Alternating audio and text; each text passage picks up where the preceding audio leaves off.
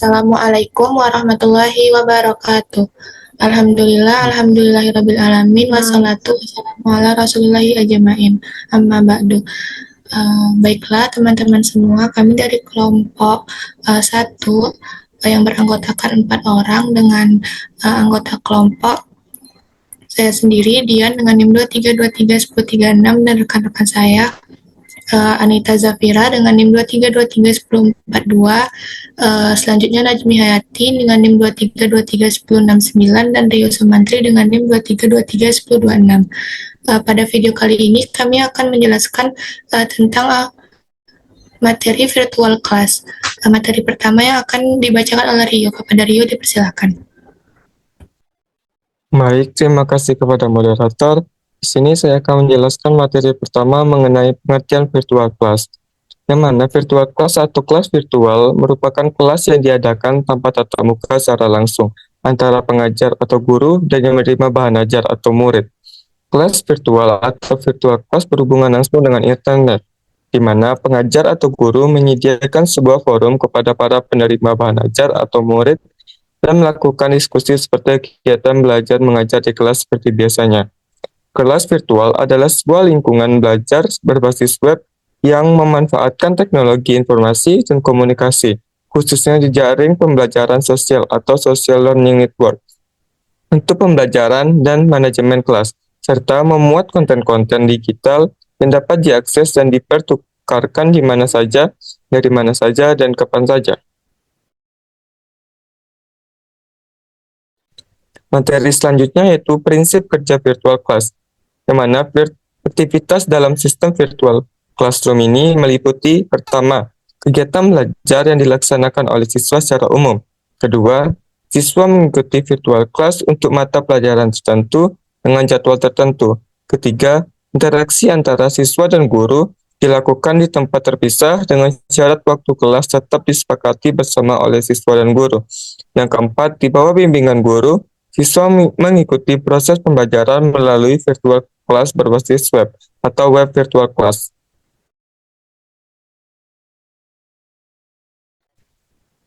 Selanjutnya yaitu manfaat dari virtual class. Yang pertama, siswa dan pengajar atau guru dapat mengakses materi dari mana saja dan kapan saja selama ada koneksi internet. Yang kedua, bisa memanfaatkan video, e-book, simulasi, dan forum diskusi yang memperkaya pembelajaran. Yang ketiga, membantu siswa dan guru terbiasa dengan teknologi yang penting untuk dunia kerja modern. Yang keempat, banyak virtual class menyediakan rekaman sesi belajar sehingga siswa bisa mengulang pembelajaran jika diperlukan. Sekian materi dari saya kembalikan kepada moderator. Baik, terima kasih kepada Rio. Materi selanjutnya akan dibacakan oleh Anita Zafira. Kepada Anita dipersilakan. Baik, terima kasih kepada moderator. Jenis-jenis virtual class. Yang pertama ada kelas sinkron. Kelas sinkron adalah pembelajaran yang berlangsung secara langsung, sehingga memungkinkan interaksi langsung antara guru dan siswa. Kelas ini dapat dilakukan secara daring melalui Zoom. Yang kedua ada kelas asinkron. Kelas asinkron adalah pembelajaran materi yang memungkinkan siswa mengakses rekaman kuliah dan materi sesuai dengan keinginan mereka. Yang ketiga ada kelas hibrida. Kelas hibrida adalah gabungan pembelajaran daring dan tatap muka. Next.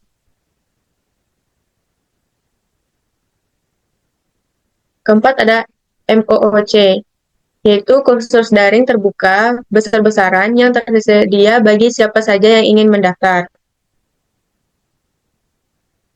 Selanjutnya ada e-learning. Kelas virtual melibatkan pembelajaran yang mengakses konten dan sumber daya pendidikan melalui pengaturan kelas virtual. Yang terakhir ada live virtual classroom, yaitu acara pelatihan daring interaktif di mana seorang pelatih langsung terlibat dengan kelas kecil. Sekian materi dari saya kembalikan kepada moderator.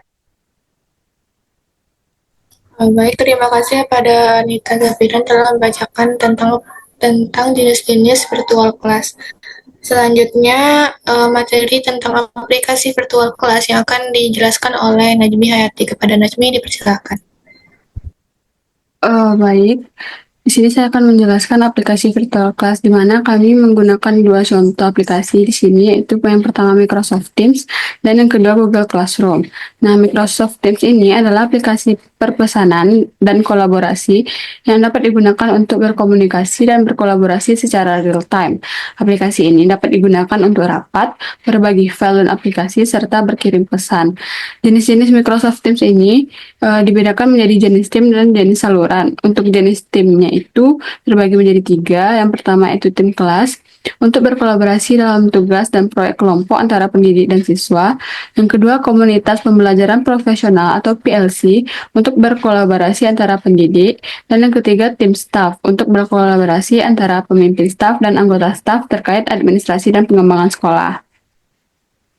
Dan jenis saluran untuk Microsoft Teams ini juga ada tiga. Yang pertama, saluran standar untuk percakapan sehari-hari dalam tim.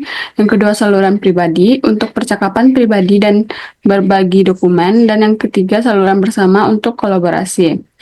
Nah, versi Microsoft Teams ini terbagi tiga. Yang pertama, Microsoft Teams Classic untuk perangkat Windows 10 dan Mac.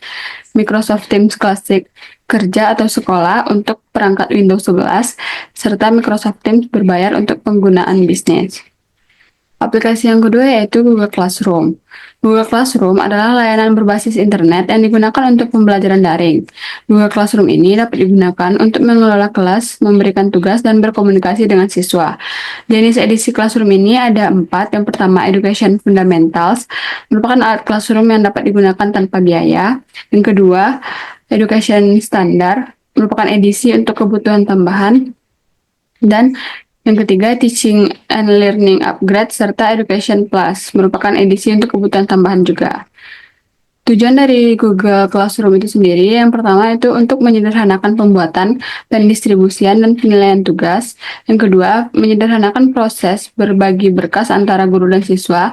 Dan yang ketiga, memanfaatkan internet menjadi media digital yang diperlukan sebagai literasi media. Nah, baiklah, berikut merupakan tutorial penggunaan Microsoft Teams. Untuk tutorialnya dapat diakses melalui link Google Drive berikut ini. Selanjutnya, tutorial penggunaan Google Classroom juga dapat diakses pada link Google Drive yang telah tersedia di PPT. Sekian materi dari saya kembalikan kepada moderator. Baik, terima kasih kepada Najmi Hayati yang telah memberikan penjelasan tentang tutorial menggunakan Microsoft Teams dan juga Google Classroom. Selanjutnya, materi kelebihan dan kekurangan Microsoft Teams yang akan saya jelaskan sendiri. Kelebihannya yaitu yang pertama, memudahkan kolaborasi tim. Selanjutnya, memudahkan manajemen proyek. Yang ketiga, memudahkan komunikasi jarak jauh. Yang keempat, terintegrasi dengan ekosistem Microsoft. Yang kelima, tersedia fitur pengeditan dan berbagi file. Yang keenam, tersedia fitur konferensi video. Kekurangannya yaitu yang pertama, memerlukan koneksi internet yang stabil. Yang kedua, bandwidth yang besar. Maksud bandwidth yang besar ini adalah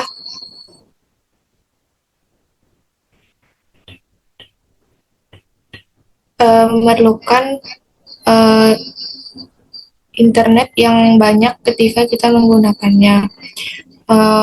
Microsoft Teams dapat dikatakan memiliki penggunaan bandwidth yang lebih besar dibandingkan aplikasi sharing atau conference lainnya. Kekurangan selanjutnya yaitu struktur file yang membingungkan. Hal ini terjadi ketika banyak pengguna ingin mengetahui di mana sebuah file berada dan melalui struktur Vogler untuk menemukannya. Namun cara file yang disimpan pada tim sangat membingungkan. Jadi segala sesuatu yang diunggah ke percakapan dibuang ke folder akar saluran.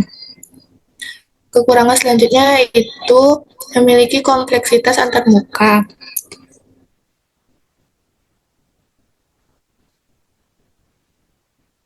Dan kekurangan selanjutnya yaitu keterbatasan penyimpanan file dan masalah kinerja.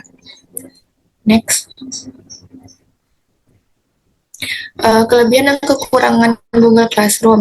Yang pertama, mudah digunakan.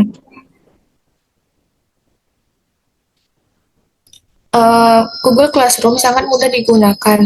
Desain Google Classroom sengaja menyederhanakan antarmuka, instruksional, dan opsi yang digunakan untuk tugas pengiriman dan pelacakan. Komunikasi dengan keseluruhan kursus atau individu juga disederhanakan melalui pemberitahuan, pengumuman, dan email yang menghemat waktu.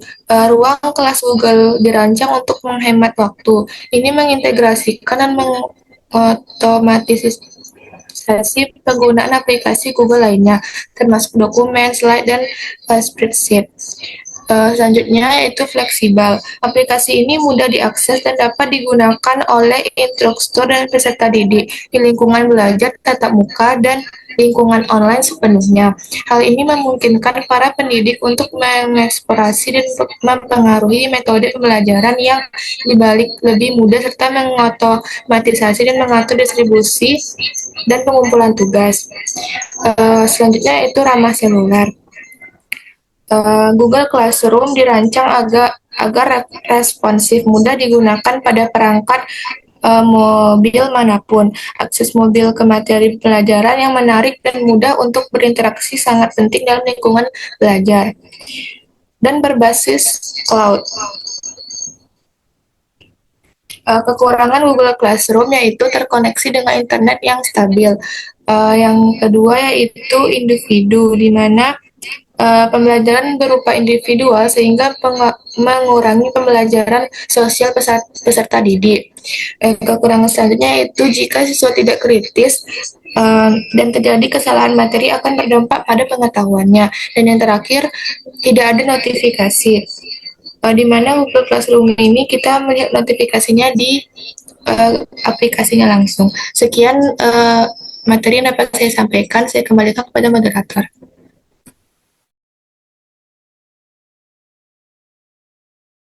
Baik, terima kasih kepada teman-teman yang telah menonton video pembelajaran dari kelompok 4 tentang virtual kelas. Kami mohon maaf apabila terdapat kesalahan. Kami akhiri. Assalamualaikum warahmatullahi wabarakatuh.